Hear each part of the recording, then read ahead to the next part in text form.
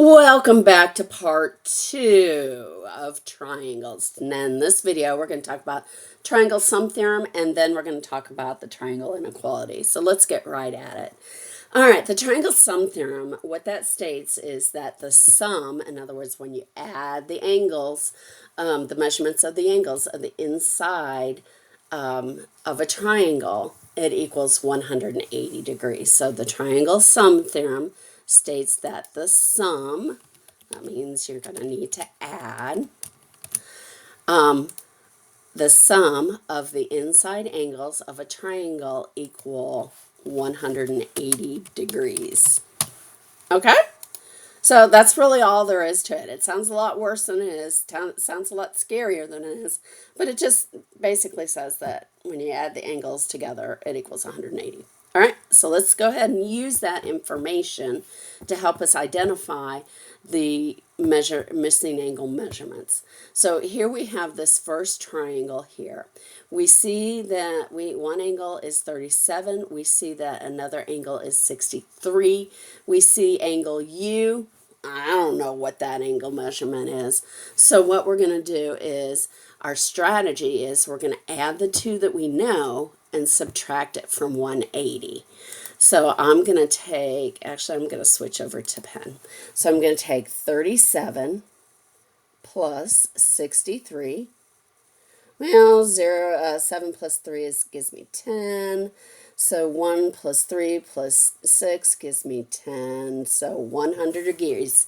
So angle T and angle V all equal 180 degrees. Now I'm going to take that and subtract it from 180. So 180 minus 100 gives me 80 degrees. And the great thing is, you're welcome to use your calculator for this.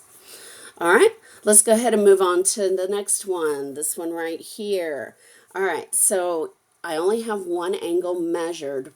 I have an actual angle, a number measurement, but I do actually have two angles that are measured because I see that right here I have the right angle indicator, meaning that side is 90 degrees. So I'm going to take 90 degrees plus 46, that gives me 136, and then I'm going to subtract it from 180.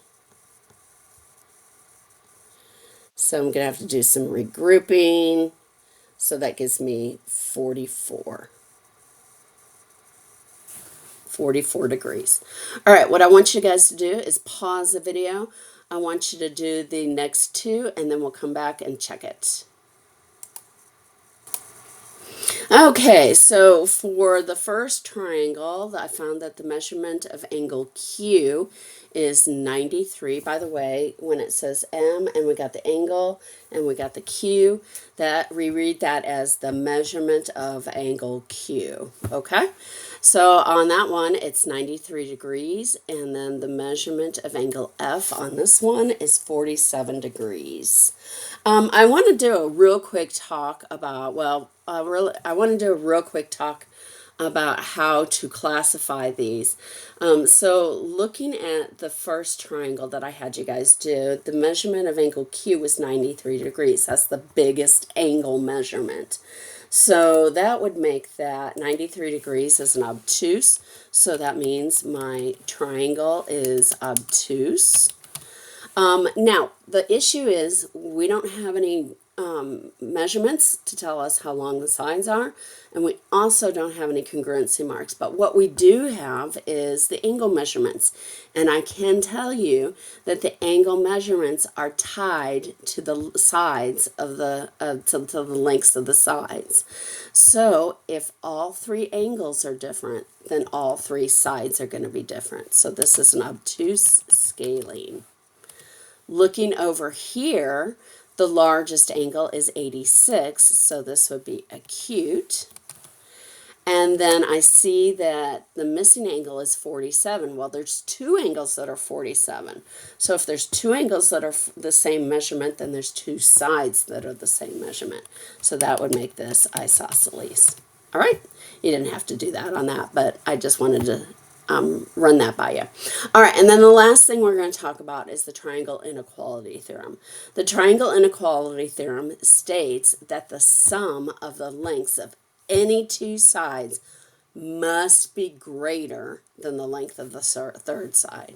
So again, we're going to do some adding since we have the word sum. So the sum of the lengths of any two sides must be greater than the length of the third side. Okay? So what that means is we're going to have to test all of them to make sure. So on triangle number 1, we have a side that says 3, 9, and 8. So the first thing we're going to do is we're going to add 3 and 9. Well, 3 plus 9 is equal to 12, and 12 is greater than the third side, which is 8. So far, so good. Now let's do the 9 and 8. So 9 plus 8 is 17, which is greater than the third side, which is 3. So far, so good. So wait, let's do check, check. All right, and then the last one would be the 8 and the 3. So if I take 8 plus 3, that gives me 11. The third side is 9, so 11 is greater than 9. So yes, this can form a triangle. Let's go on to number 2, where we have 37 feet, 13 feet, and 21 feet. So we're going to add 37 plus 13. Well, 37 plus 13 equals 50, and we find that it is greater than 21, so that one checks out. Let's do 13 plus 21. Well, 13 plus 21 is 33. 33 is not greater than 37. So automatically, once we find that a pair doesn't work, then we can stop and say, no, it is not going to work. Okay? All right, let's look at number 3. I want you guys to pause the video. I want you to do number 3, and I want you to do number 4. And come back and check the answers. Okay, so on number 3, I found that the sides, when I added 6 plus 2, that equals 8, which is not greater than 16. So number 3, you can't make a triangle with it. We have a side that's just too short. Number 4, we have all of the sides check out. The sum of every two sides is always greater than the third side. So yes, it can make a triangle. All right. All right. Good job, guys. Catch you on the flip side.